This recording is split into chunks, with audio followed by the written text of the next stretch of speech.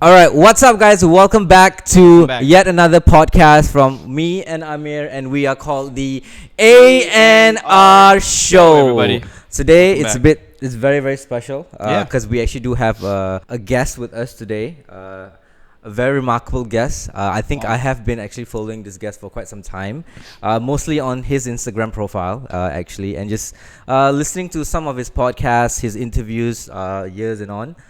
But I do believe that this person hasn't been on the social media aspect, especially on YouTube, for quite some time. Because a lot of the stuff that I think I saw you is either 4 years ago or like 8 years ago or 9 years ago. There's not a lot of stuff happening on YouTube, but that's why we actually invited him here today to give a bit more of an introduction about this guest. He is, I would say, a very successful entrepreneur here in Malaysia.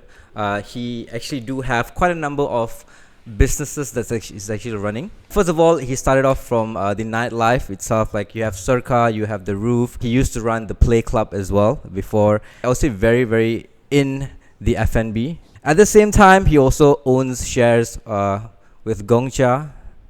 I know a lot of people do know Gong Cha, but I'm not so exactly sure if it's just in Malaysia or globally.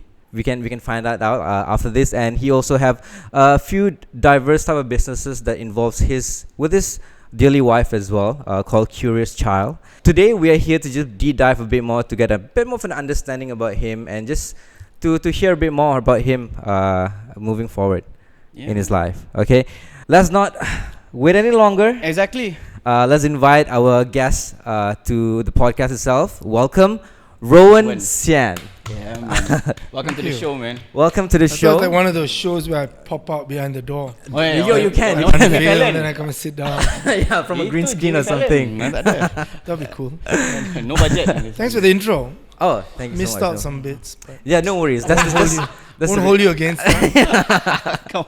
That's the reason why I missed it out, so we can actually fill in the blanks later on as we go on. But yeah, man, you know? when Rick told me that you agreed to the show, I said, you sure he agreed to the right show, not? You sure he didn't see our contact? I actually had absolutely nothing to do with this afternoon.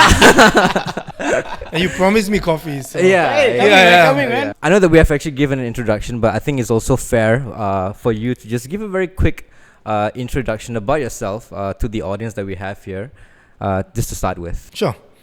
It's been a fairly long journey in business, and it seems exceptionally long. Coffee's here. Okay. Before the dogs go wild.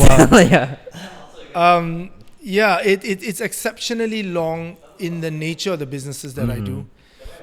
I do a lot of reinventing the wheel, I feel. A lot of destinational spaces when it comes to F&B. So therefore, it's not like rolling out a franchise. Yeah. You have a lot of creative thinking to just kind of get the concept, say something like the hill or the roof, the pool. They're all unique in its own ways. So yeah, from the beginning, I'd go as far back as working in advertising. Growing up working in advertising, Leo Burnett, Gray, DDB, worked for Yasmin Ahmad. Yeah. Bit of a legend. Teaches you a bit of how to think out of the box and taking unique concepts and kind of making it yours. And then my first F&B venture, you might not know, is Tom, Dick and Harry's. Yeah. I joined forces with a few friends and we founded that in Tamantun.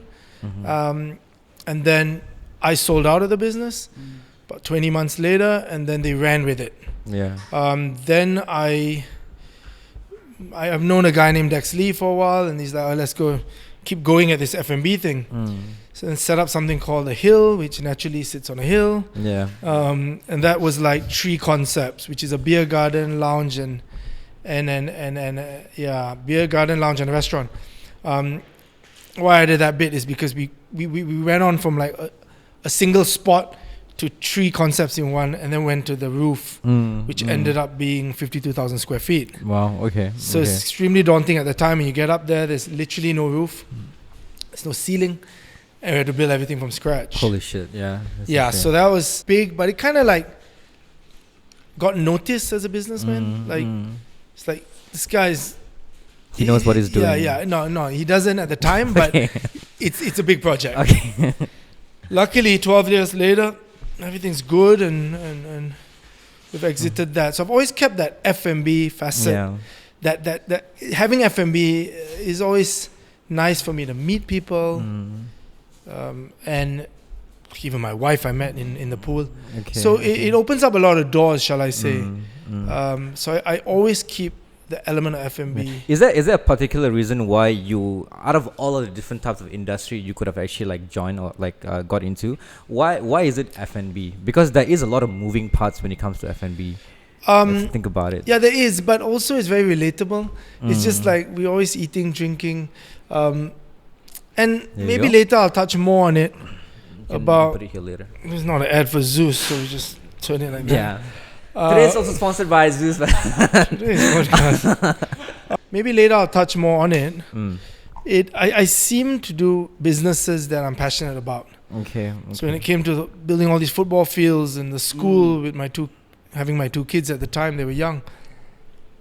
It just came like second nature to do business that way.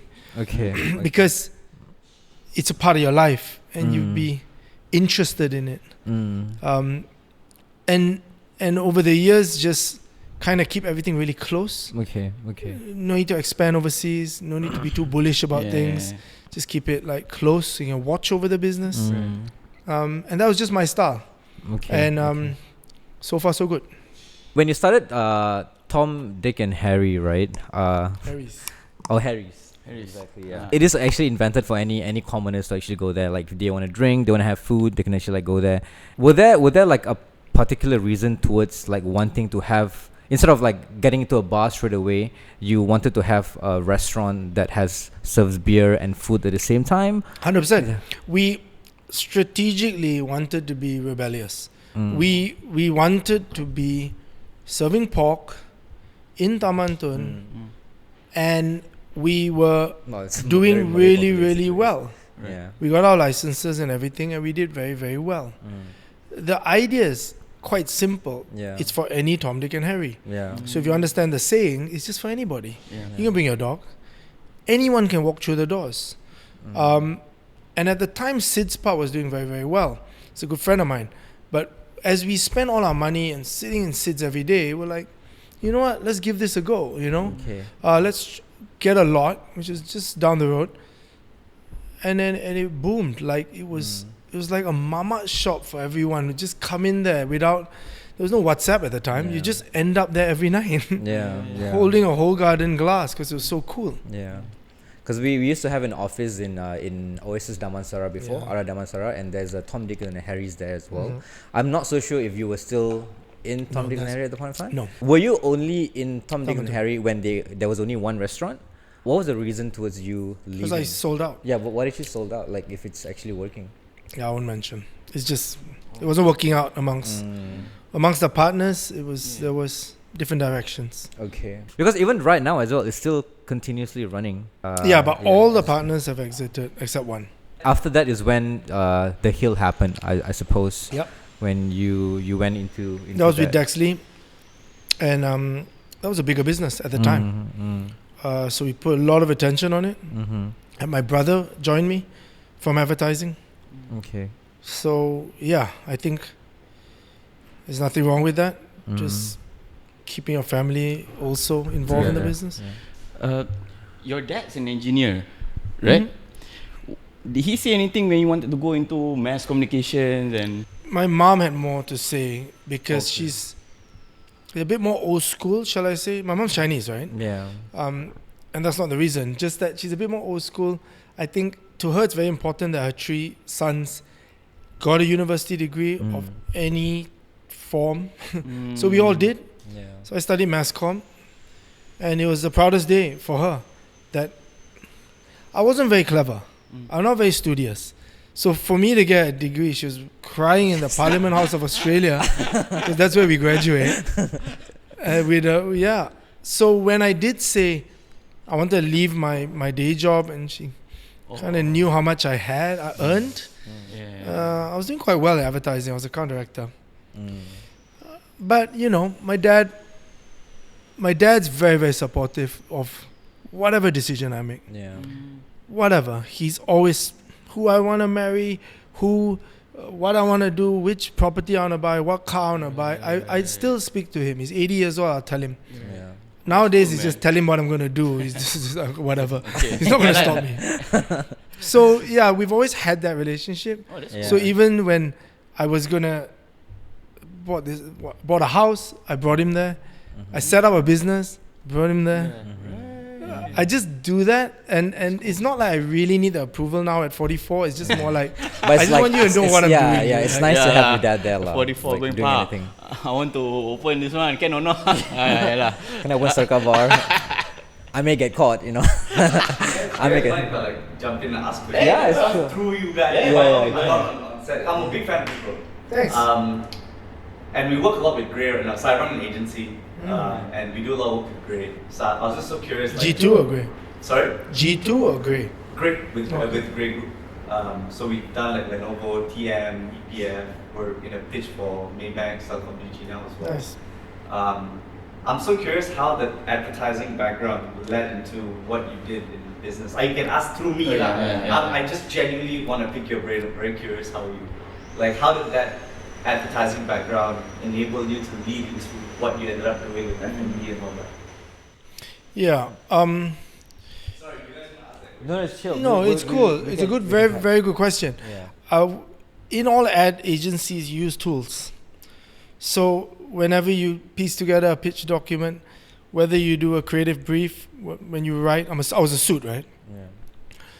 We try to do, like let's use an example, say, Tom, Dick and Harry's. We wanted to be a cooler concept than Sid's.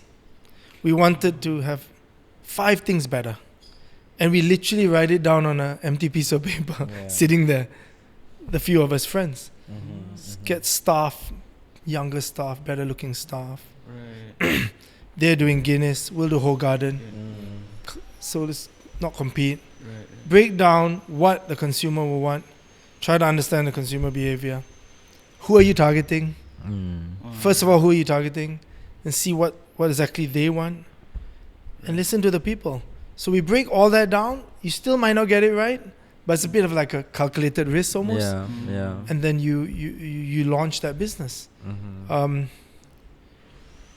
Speed to market is important. Yeah. I think I spotted. You have a question on speed to market? Yes. I can talk about that later. Yeah. I'll use that example because I just opened a pedal center. Yeah.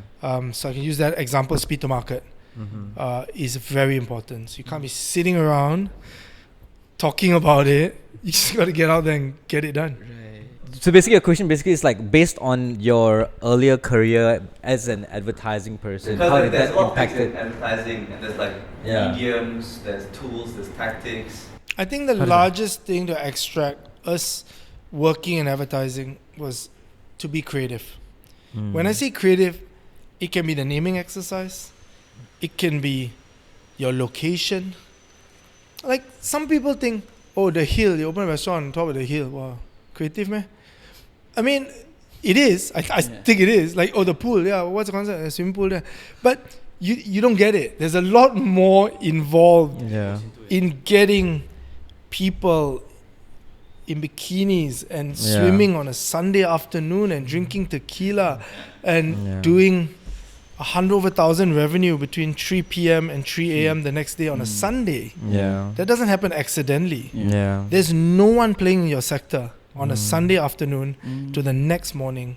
And you be standing there at 3 a.m. and you think, none of these people are working tomorrow. They have no jobs. They're calling in sick. Dude, the clinic will be busy on Monday. The MCs be flying around. But I mean, that's a creative idea. It's not original. I've been in Ibiza with KC, with the boys. I've been to Vegas. I've seen this stuff. I didn't come up with this idea. You just implemented it here. I was just ballsy enough to try to do it in a Muslim country. Which caught up on me later. Like how did that really impacted you? I mean, of course, like financially, it is very good and it's very creative in that aspect as well. But being in a Muslim country, like coming up with like alibi, with circa, with hosting parties, like having parties going on until 3 a.m. in the morning on a Monday, like how did that really impacted you negatively from the That government doesn't aspect? impact legally doesn't impact anybody. Mm. It is when you infringe the laws of Jais, Jawi. Okay. So if you do that, that's a religious matter. It's something I won't do again. Not the way this country is going. I won't do this again. Yeah. But if I'm opening to 1 because my license says so, or 3 for that matter, Yeah. Zoo can open to 5 because of the support of tourism. If you do business the right way, I think the government's actually quite pro business in a certain way. Makes sense. It is. What's currently under your, because you've been in and out of a lot of things, right? So what's currently under your jurisdiction? Of business that I own. Okay, the largest amount of money that's plowed into a business for us is football. Me and my 2 partners. We own 11 The new camps, AstroTurf yeah. football fields. Yeah. No, 11 of them. With LED lighting and subsoil drainage. Eco Ardens, University Malaya, Enfield, New Camp. So we don't own the land, of course. We own the long lease on the football fields that sit on this land. And we monetize that quite simply via rental to amateur football, all these leagues that you hear about, Yeah. academy, Do you try going into other aspects of football? such as Accessory, footwear. it's a low-lying fruit at the time. Got a country with so much land, so many grass fields, but sports ministry, maybe government not doing it so well. Privatized come in, people like us come in, and just kind of do it real quick. But also a bit creative with the naming exercise, creative with where the locations are. Yeah. Have you been to New Camp? A lot of my I've- friends play there. Yeah, so it's like tucked in a little bit of a Yeah. jungle. So it's nice when you're in there, once you get in. And then, so stuff like that, we started to do out of passion, right? So I co-founded CommonGround, the #1 co-working space in Southeast Asia. We need to list that, and that's the stage we're in. So I don't work on the business at all. And that's over to a merge that is done with a company called Hive, based out of Hong Kong, and they are a co-working space. We're a co-working space to come together Yeah. and try to be As one. as one, biggest in Southeast Asia. Like you said earlier, sell a bit of bubble tea. Went from healthy juice business, which was a real struggle for us, Yeah. cold press. Yeah, I was gonna ask about that because you had like live juice before. I think there was one live juice in Center Point at that point of time. Yeah, but what actually exactly happened to live juice? Really Yeah. tough to monetize. Summary would be cold pressed juice at the time. We had the second mover advantage. La Juiceria was there. Was extracting the goodness of the fruit. So you're yielding very little. Yielding meaning the liquid at the end of the day is very little. It's good. It's great for you. But we had an issue that our profit margin was not good.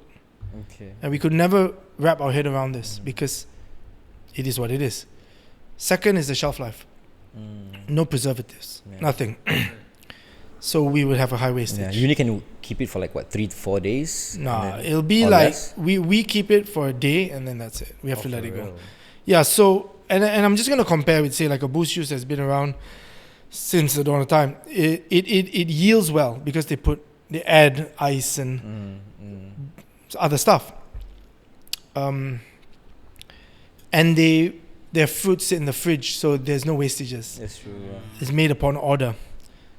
The third bit is the made upon order, which customer likes to see that thing being made. Yeah. Like yeah. they trust it a bit more. Like, hey, I see those fruits going in there. Blah blah blah. Okay, here's the money. So we struggle with that, but it was a trend, so we went in. But as much as trends come, they go. Yeah. Yeah. We in Beverly Hills, we in London, Yeah. so it went quite quick, Yeah.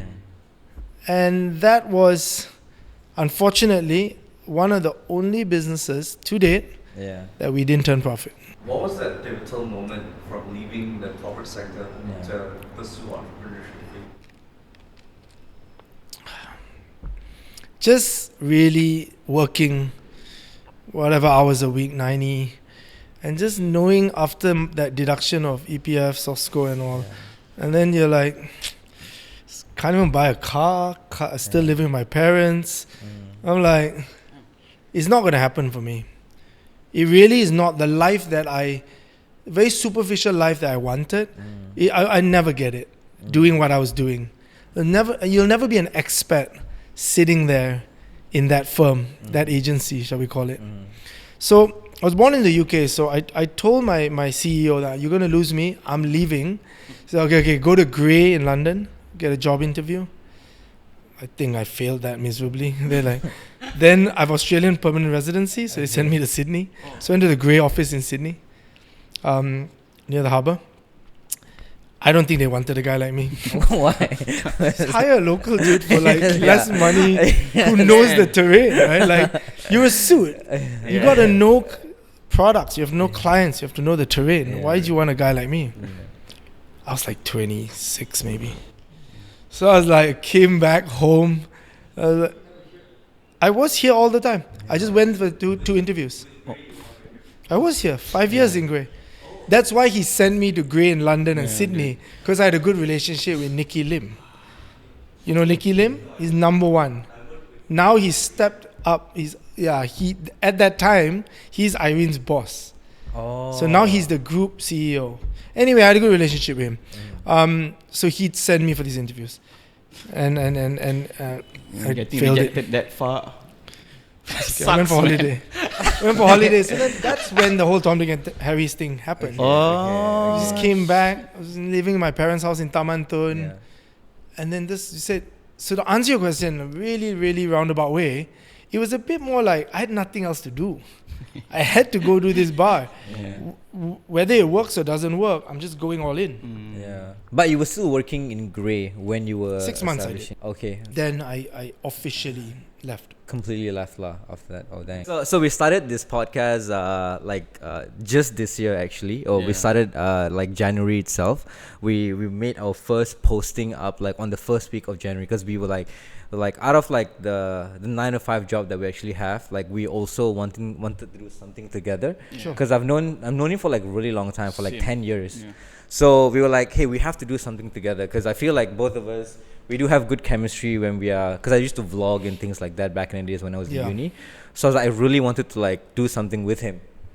Hence we just let's just jump into, even though it's not a trend like even like this year, because podcasting has been around for like a really long time.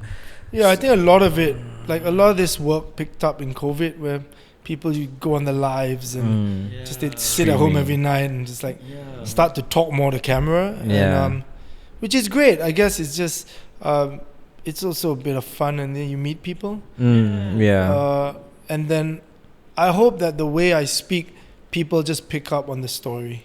You're not meant to. You're meant to pick up what works for you. You know what I mean? Not because some of the elements that I think we did well, some are luck related also. Sometimes you don't know how.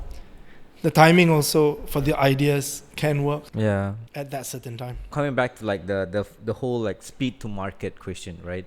Like having said the fact that like right now you do have a lot of things going on, like when it comes to businesses, as well at the same time you are spending time like, because you're very like health conscious as well. You go for runs, you play pickleball, you do a lot of different things on the other side. At the same time you also have a family, right? But now the fact that you have a lot of these things going on in your life, like how do you right now discover new trends? Because I'm sure there's always new things that's coming up, and you also have to adapt to what's happening in the market, right? So how do you now like get an understanding about what's the trend that's going on, and how do you get to basically put like the speed element in it as well, to make sure that I get that sorted out as soon as possible before like the trend dies down?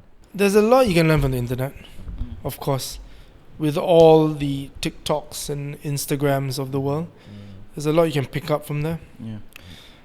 Traveling helps. Just traveling to various countries helps you see these trends were a bit quicker. Maybe they're a bit quicker in the market before Malaysia. Our neighbors, even Southeast Asia, you can look around. A lot of these things that's cool right now, like pickle paddle, they've all been around for a while. I mean, pickleball is meant for like hospital patients. Yeah, like older people. Yeah, older people. Yeah, I want to ask because I saw when I was going through your Instagram, you look a very active tennis guy. Tennis, no paddle. Oh, paddle. I only do paddle. Oh, okay. I used to play tennis growing up. Same. Yeah. So apparently, I asked a few of my tennis punya friends lah. They say now got problem with the between tennis and the pickle community in Malaysia lah. Yeah. They have something against each other because Really? a lot of the tennis OGs are going to pickle. So they have nobody else to play with already. So Yeah, it'll pickling happen. now. Both pickle and paddle, a lot of the tennis strokes, your background on tennis, Yes. very, very useful in pickle and paddle. Backhands as well. Yeah, just volleys, backhands, forehands, smashes. For paddle, there's the smash. Right. I'm about to try later. Okay. I'm about to it's his trash first time everybody, dude. If he says he's like tennis lah. Wow. Oh, you're a good tennis player. Okay. But this people I'm playing with have not played tennis. Pickle also never seen before in their life, dude. You're playing pickle later. Yeah. Where? It's in Sungai Pechala. Pechala area. Pickle point. Yeah. Pickle point or something like that lah. I can't remember lah. They're just putting anything behind pickle nowadays, dude. It's the name of a place already lah. But yeah. So yeah, for the football fans at home lah. Yeah. You're a huge Man United man. Oh, What? huge. Come on, man. right you Right watch now, his like, Instagram. Not now. Okay. What's it like being at Old Trafford for the first time? Your first game watching. Lucky we won that one. De Gea saved the penalty. Yeah, it's tough times being a United fan now. Yeah, it is actually. Yeah, it's true.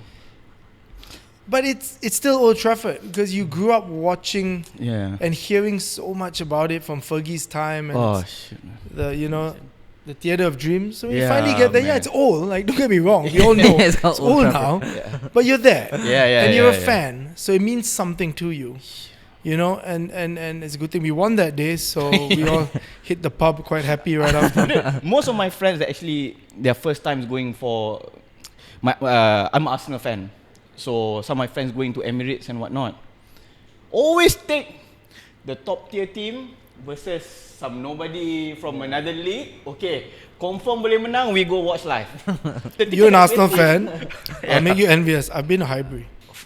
I've been a Highbury watching Ian Wright Come on. score a hat-trick in Coca-Cola Cup 1996. Oh dang. Yeah. How was Ian that Wright. like? That's a vibe. You're really near.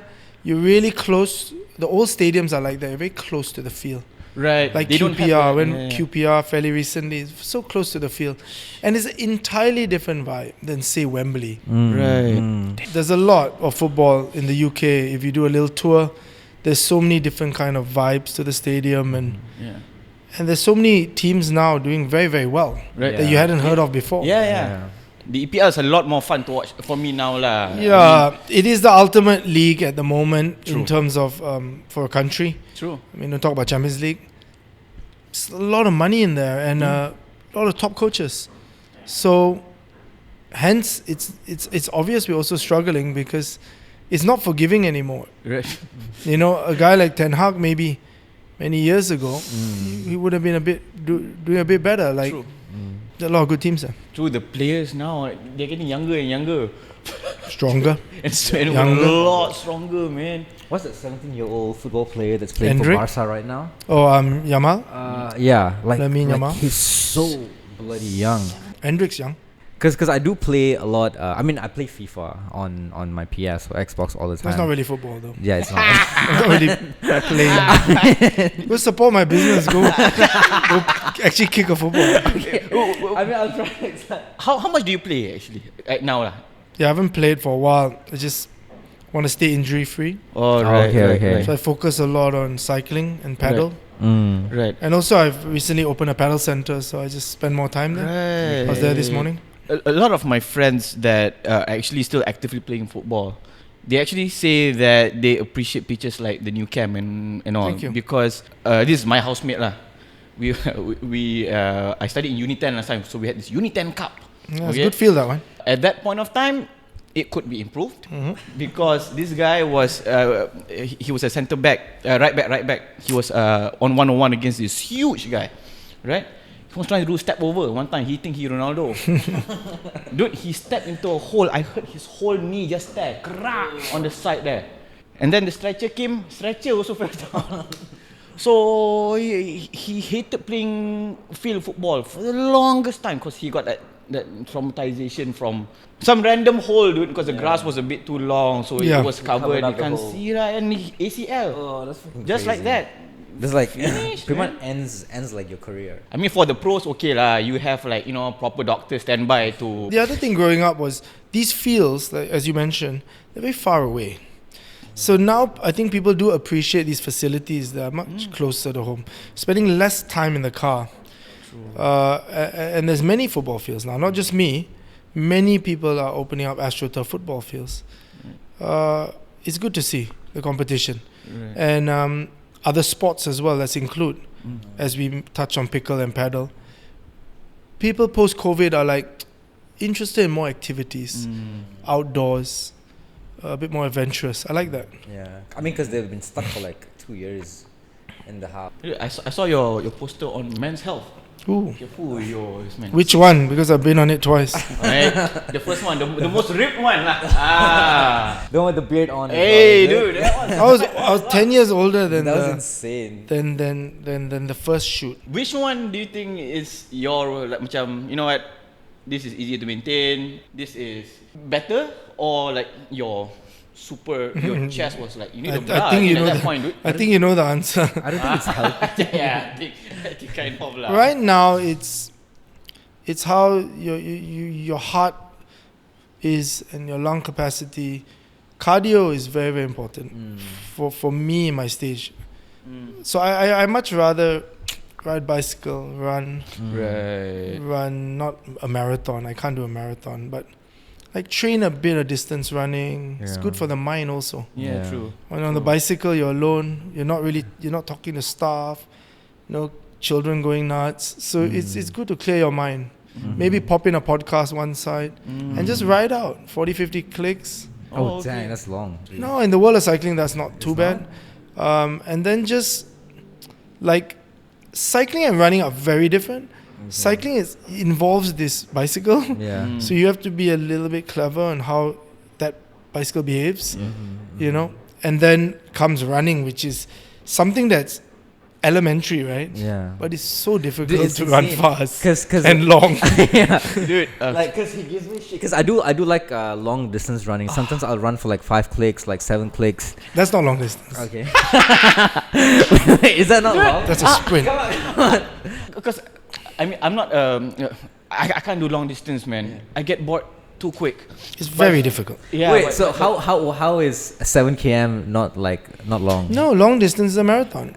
That's Okay, it's 42 or half. That's Half lah, insane. 21 Half a lah. marathon, okay. Yeah. So And you guys are young, so no excuses because you guys are young. Have you done a marathon before? You've never. Is it because like it wasn't even part of your itinerary, or like you just thought that I don't think I can achieve this? I think with enough training, it's of course possible. True. When I went through knee surgery, after that I was like, I just rather strengthen everything on a bicycle and just enjoy playing paddle versus like say getting injured again, playing football. Yeah. You got injured from football, is it? I played since I was 5, so there's a lot of wear and tear. Have you heard of the Brazilian Football Academy last time in Subang? Yeah, of course. I was part of that. Wow. Oh, dude, not one Brazilian was inside. But the kids are insane, dude. They're good. The structure is you had one coach for freestyle football only. One Joga Bonito, like FIFA Street. And then Probably Titus went to that one. They were out in the badminton stadium, the 4 fields at the back. So I did Eco Ardens. They're the GSA or something at the back. That's where originally the Brazilian Academy trained out there. Mine was when it was in Summit already that time. They did it indoors. Oh, They had that huge indoor field. It It's like futsal, right? Tough. It's like futsal. Yeah. I think Chevy owned that, Oh, is it? way back. All right. It's the early years of futsal in this country, 20 years ago. Yeah, there was not a lot. There were very around. few. Especially the turfed ones. That whole trend is coming. Not gone, it'll never go, but it's very saturated. What do you mean, futsal. like the futsal? The whole futsal in a factory, Okay, in a okay. like those like many courts. In That's PJ. Sports Planet will have like Sports Planet, things like that. Yeah, I used to play that. Yeah, when we did more outdoor, not just us, like many people did outdoor. The futsalers were like, hey, you know what? it's more fun with my friends. I'll go play a game of football, still astroturf, Yeah. but we'll go and do that and apply the same kind of thing. Right. Yeah, then that's when I think less people were, like competitive people were playing that Right. small astroturf futsal. Because it doesn't you don't need a lot of stamina compared to actually running. Hey, No, I think you need more. Do you actually? Because the ball doesn't stop. It's more Yeah, reflexes. I feel like it's more reflexes and more sprinting than actually running. No. Aku try sprint. No, I think it's. I think the problem is that you're constantly in the game. Yeah. Okay. Whereas if you were like, say, a striker at football, you just you beat the offside trap. Yeah. Then you get to chill a bit, you know. Yeah. Oh, Play that kind of- midfield, dude. With futsal, you have to play end to end. Technically. It literally doesn't go out of play. What was your position there? I was always a 9-10. I was always up there. Then as I got older, I couldn't hack it at all. Yeah. So that's when I was like, after a while, it wasn't fun for me.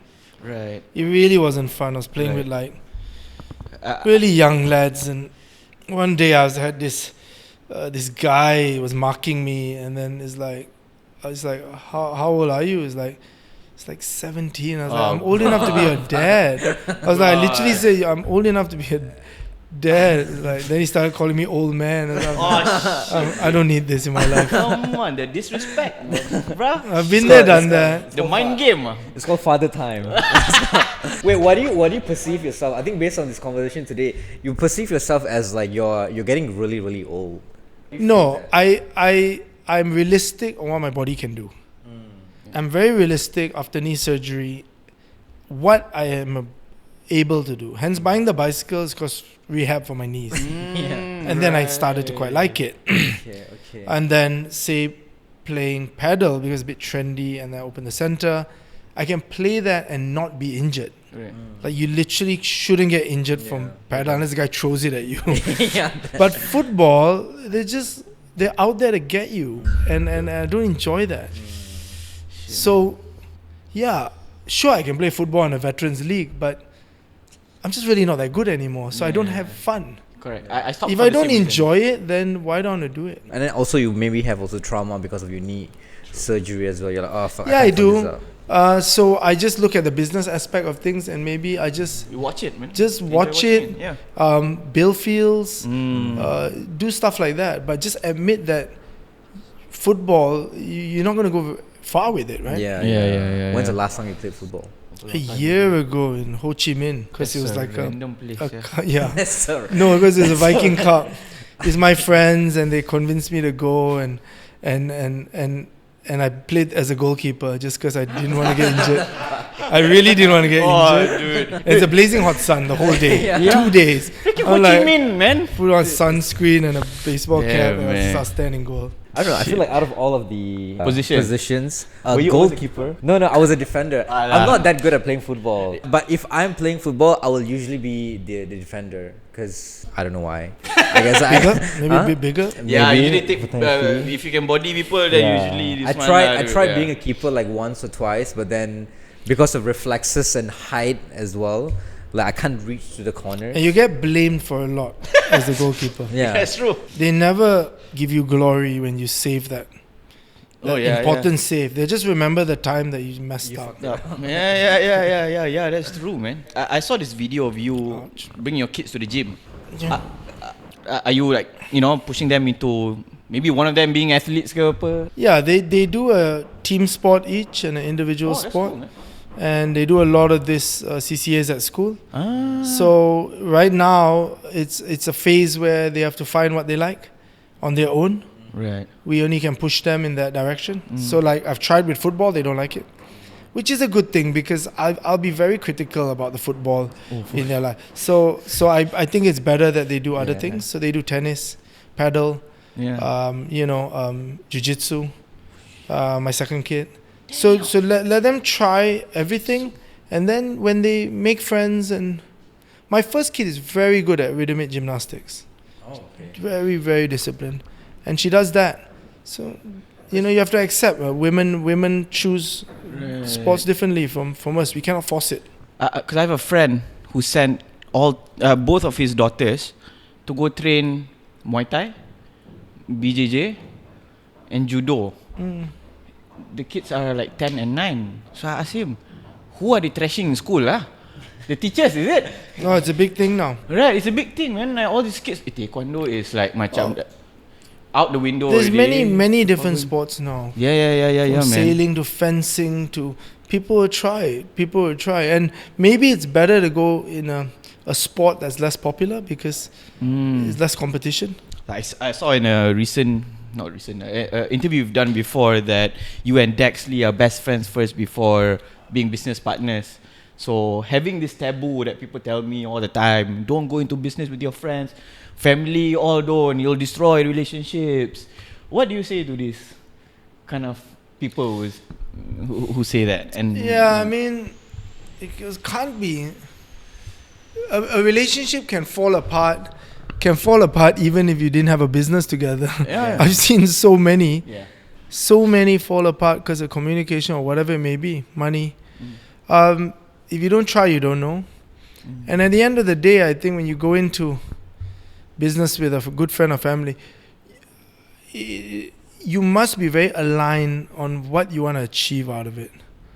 Okay, so at any given time, I've had my mom, my wife, my mother-in-law, my brother, all work with me. So I choose to say work with me, not work for me. And we're still in good terms. Like you said earlier, who do you really trust, right? Yeah, exactly. It takes a while to form that relationship with a stranger or someone who has interest in that business to grow that trust. Here you have it already, right? Right, yeah. So I think it's not a bad idea. And then, in the worst case scenario, if things don't work out for the business, you can still remain friends. Yeah. I've done it. Many people have done it. Or you can still remain family members because you are. That one had a bit. So let's I'm not gonna see ever you're again. kind of stuck, right? Get that business out of the way and move on to the next, because if you're procrastinating about all these things, nothing's gonna happen. Yeah. And being with Dex, like how many businesses have you had with him? I can count, but a lot. Yeah.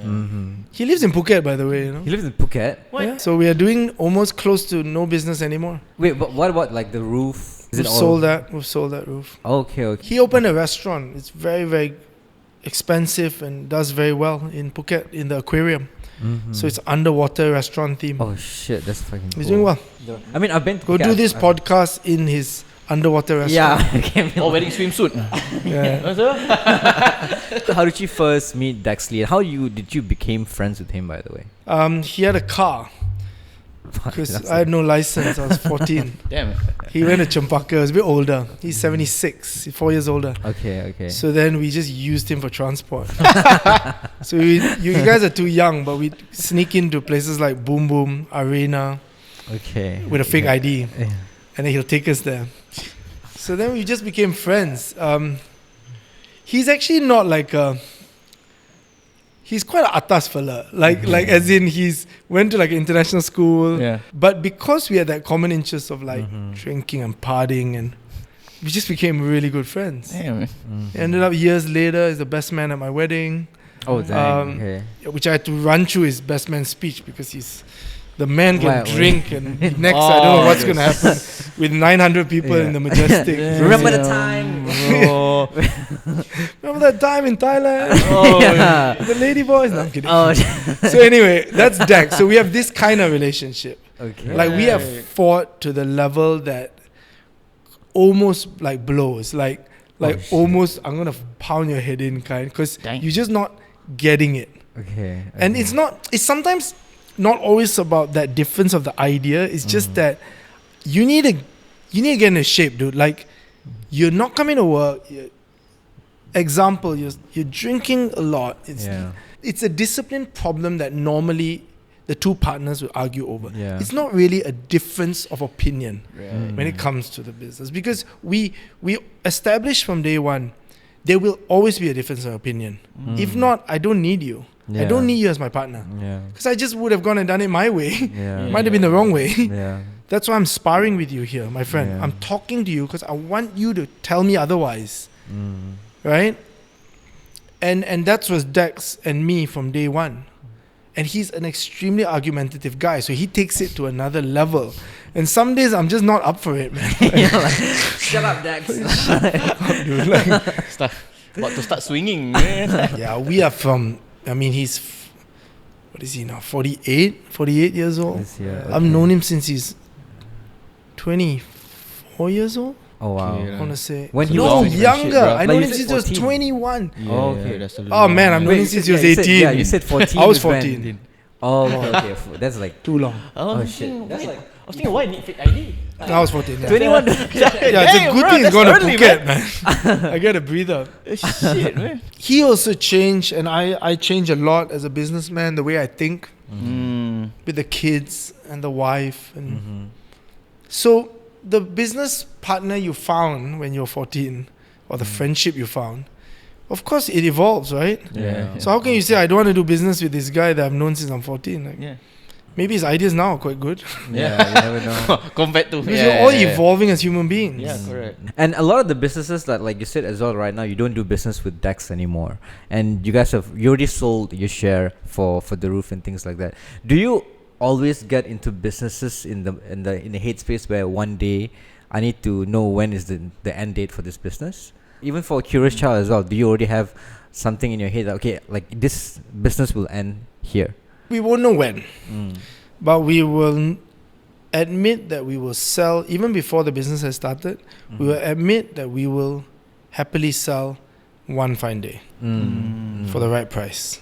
Okay. So you look at the tendencies Yeah. as the markers, say, hey, you think it's ripe time for Yeah. this trend has gone, or maybe this stage of my life doesn't really suit me right now, and then you try to exit. What are the things that you look for when it comes to packaging and selling a business? Like how do you have it ready for packaging and it's time to look for people? Well, yeah, it's a good question because obviously if there's no money being made, who wants to buy it?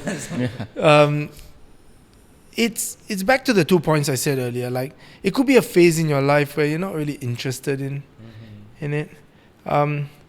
Like going into paddle right now is obviously quite trendy. I love playing, hence why I'm there. It's not a scheme cepat kaya lah. Not right now. Definitely. So I think in that phase of your life, you think it's suitable for you. It's a good space to mingle. I've met from football field and bars, my bars, club. I've met 99% of my friends. Oh wow. Okay. No, 99%. There's no one else I've met from any other. Huh. Yeah. I go to work every day. In my younger days, I'm there. I met Maisha there. Yeah. Just like, I like you. You're like, okay, let's hang out, man. Like, it becomes that. Yeah. And then you get to pick More and fun. choose. True. And then when you're the business owner, luckily, people look at you like, oh, Yeah. lah. Yeah. The owner, You nencai sudah mari. No, not that, but like you own the business. Like, wow, this- Yeah. I mean, you also You must come be doing into- something right here. Yeah. Then you got a certain confidence that money can't buy. Yeah. Right. Like literally. Because it's like your home. Like it's Yeah, like you get it's to just buy like the your home. product is there. People look at it like you go to play club at 1:30 in the morning and it's like 800 people, whatever. It's Yeah. like, wow, you did this? Like, Yeah, that's like. I don't have to tell you the story. You're there and you're like, okay, this is quite big business, this roof, this 52,000 square feet, and just people everywhere. Dude, that's why his picture with Gary V look like classmate. class reunion. I said. They actually approached me to host him. Gary Oh, V for at the real? roof. Here in the roof. Yeah. That Oh, okay. picture you saw. Yeah. I got 20 of my friends in a room. We staged the whole thing because he wanted a bit of content. He was on holiday. He was doing a seminar and they were staying next door in the hotel. Okay. So then their people reached out to my people and like, you want to do a little sparring thing? I was like, hell yeah, it's Gary V. Are you kidding me? Yeah. You got to pay for stuff like that. Yeah. So we got Hermana Kinchi. We got a bunch of people in the room. And it was so daunting. Like, you can't speak like this, It's like this Gary V, Yeah. so nervous. Yeah. Oh my God, I Picture remember. like this. It doesn't say bro. I cannot see the picture. Wow.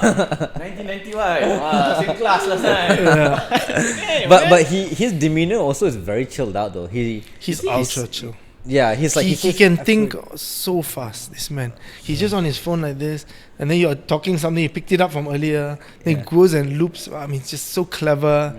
And just mastered the art of talking, I guess. I used to be able to do a really good impression of him.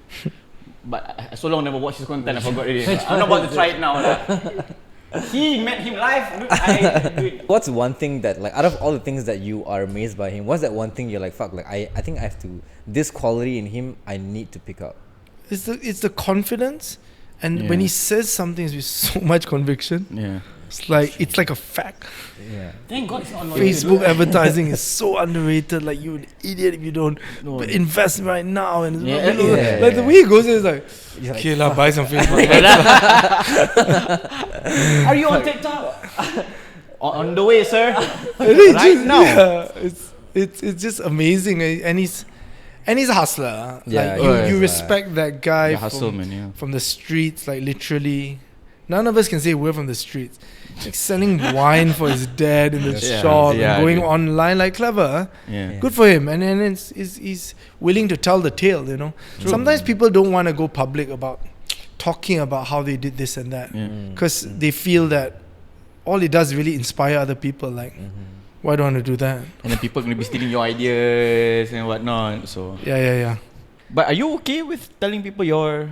Like I said earlier, like, they're not original ideas. I've pinched some of them from other people. You just kind of make it yours. Not even like you're just bringing it to, let's say, Malaysia. True. It's not even, it's not a big deal. Right. And you need to be putting yourself out there. You need to be talking to people like you, younger people, fresh ideas. You know, because if not, how are you going to be relevant, you know? And I've got kids, right? They grow up fast. So I have to remain the cool dad. And I have to be relevant, no matter what. Dad, you don't know Snapchat? What's your life, Roen? What has been your relationship with risk? Risk? That's another good question. Because it changed when the kids came along. Because you just want it all to turn profit. You want to make those exits at the right time, because there's extra profit right at the end. You think that the business is totally exhausted, and then, you know what, you still get a bit at the end. The risk towards expanding overseas in any other, no. I want it to be here, watch over it, enjoy the product, as I say, enjoy the fruits of your labor. So baby lah. Yeah, and also you're going into the business, you can watch over it. True. The little, I'm like that, I'm a micro kind of guy, which over the years I let a lot of control go, but I still need to see the product, and I need to speak to my people. I do at the manager level sit with them a lot. Oh, okay. That's very important to me. What's your advice about, like, keeping your cool? Like, sometimes, you know, you pump in, like, maybe it's an amount that it's new territory for you, like, oh, this is the largest sum, right? And then you gotta be like, okay, I gotta make this work. Like, in your experience, what's your advice on keeping your cool and, you know, trusting the process? And sometimes people, like, it's daunting. You know, you put in everything, and then you're like, and you're getting to, like, uncharted territory. If it is an amount that is very daunting to you, maybe don't do it, because that is the last of your money. I even had before a friend's friend wanted to invest in one of our business, and he said that's the all his money he got. I said, better don't. No, honestly, I cannot every day see you and return. If I don't return your investment, it's on me. And like earlier, I said it was only 3 guys for Life Juice, and we made money elsewhere, so it's okay. But if it was the only business you do with me, and for whatever reason choose to invest, that's a burden I don't want to take. So I would put the advice that you don't invest in that. The other thing is, I may add that if that amount of money is too much for you, maybe hedge it against, say, take a wage, take a salary, invest less, recuperate some money from that on a 1-year contract. There's ways around it. Some people call it... What about, like, in your personal experience?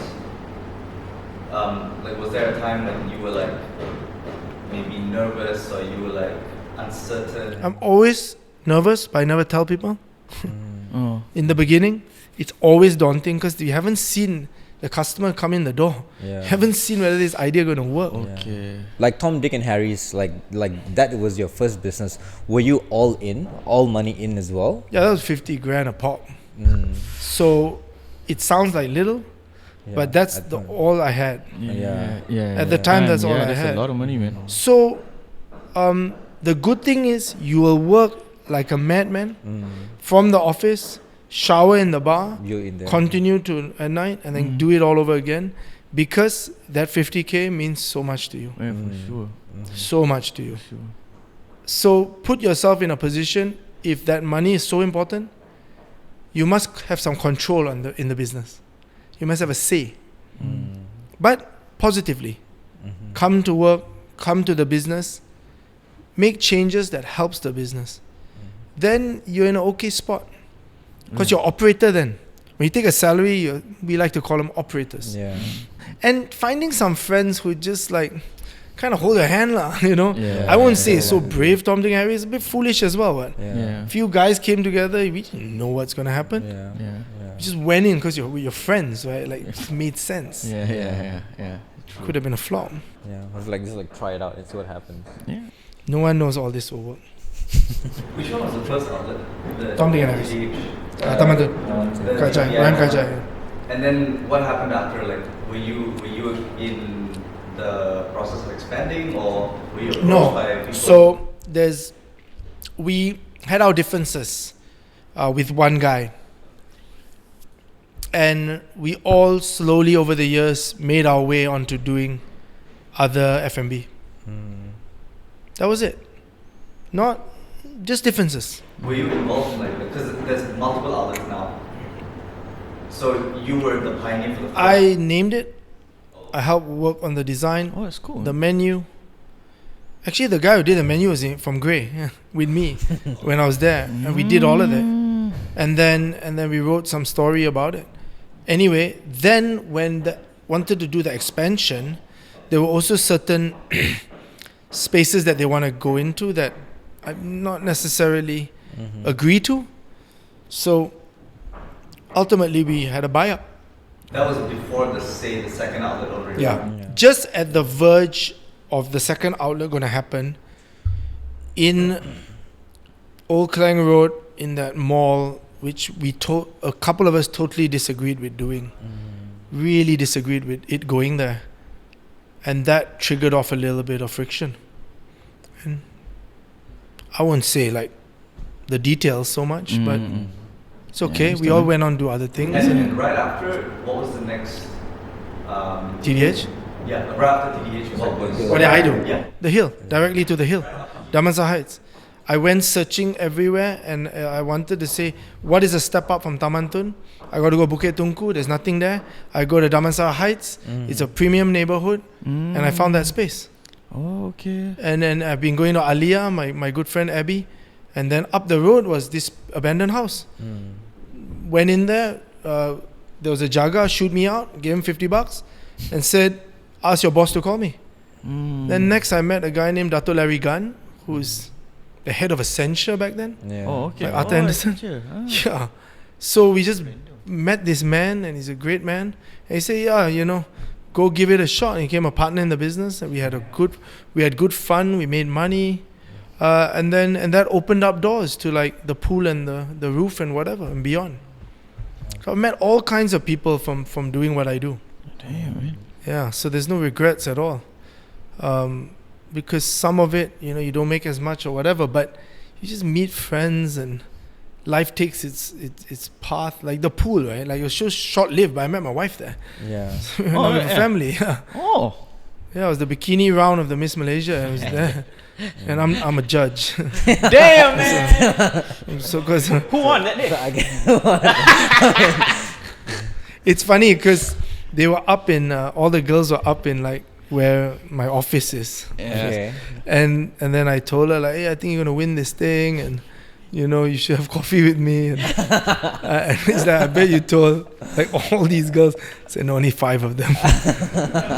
And then later she won, and then she never called, and I had the worst rep. So I just kind of like kept looking for her because Carlsberg was a sponsor in this whole Miss Malaysia thing. So every event appearance, I'd know where she'd be. She had to go to Marini. She had to go and do this dinner, whatever. So conveniently, I'm there lah. I'm just there everywhere. I got business to do. 11 years ago. And then finally, and then she agreed to have coffee with me. So You need to start judging more competitions. yeah, More you should. pageantry. No, but what you can take out of that is you never know where a spark is, you know, like you never know where something might happen, you know, like I'll just be hanging out with some random dude and then next he sells me his car. Like that's a true story.